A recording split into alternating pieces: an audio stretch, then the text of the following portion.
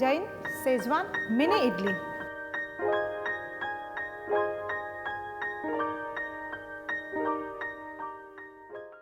જય Jinendra. Welcome to Sanjeev Kapoor ખજાનો. હું છું અમીષા. આજે હું આપ સૌ માટે જૈન રેસિપીનો ખજાનો લઈને આવી છું. ચલો આજે આપણે અહીંયા બનાવશું Jain Schezwan mini idli. Mini idli કીધી એટલે બધાના જ મોઢામાં પાણી આવી જાય, કેમ કે દેખાવામાં પણ નાની નાની હોય અને ખાવામાં પણ ખૂબ જ મજા આવે. તો આપણે અહીંયા બનાવશું શેઝવાન મિની ઇડલી, જેની માટે આપણને લાગશે સામગ્રીમાં mini idli, yellow capsicum, green capsicum, red capsicum, Jain Schezwan sauce, બારીક કાપેલી કોથમીર, સ્વાદ પ્રમાણે મીઠું, સાકર, પાસલી, ઓઇલ.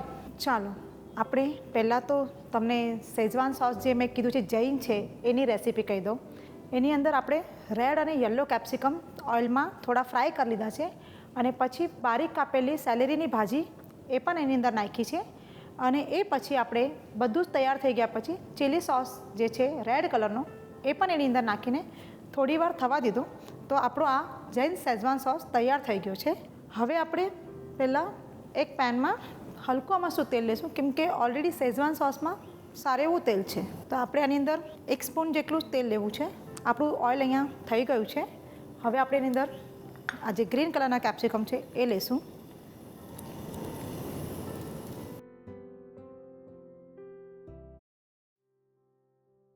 આપણા યલો કલરના કેપ્સિકમ પણ આપણે એની અંદર નાખી દઈશું.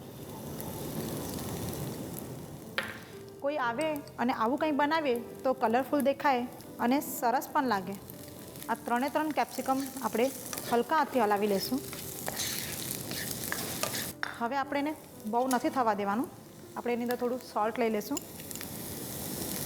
શેઝવાનમાં ઓલરેડી થોડું સોલ્ટનું પ્રમાણ છે, ઇડલીમાં પણ આપણે થોડું સોલ્ટ નાખીએ જ છે, તો આમાં પણ થોડું એવું સોલ્ટ લઈશું. હવે સુગર એ પણ જરાક અમસ્તી જ લઈશું.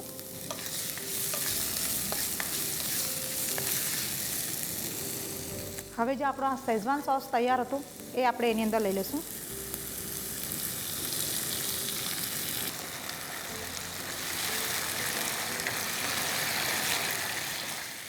જે આપણી મિની ઇડલી બનાવી છે એ આપણે હવે એની અંદર લઈ લઈશું.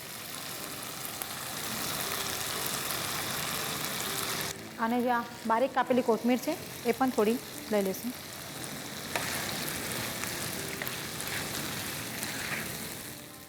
આ આપણી જૈન શેઝવાન મિની ઇડલી તૈયાર થઈ ગઈ છે. હવે આપણે એને એક બાઉલમાં સર્વ કરી લઈશું.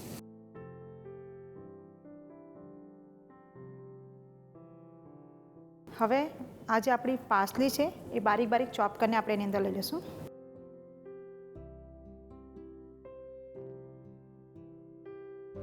આ આપણી જૈન શેઝવાન મિની ઇડલી તૈયાર થઈ ગઈ છે. નોર્મલી ઇડલી તો બધાને ખૂબ જ ભાવે, પણ જો અગર નવું વેરિએશન કરીને આપણે બનાવીએ તો એની મજા પણ ડબલ થઈ જાય.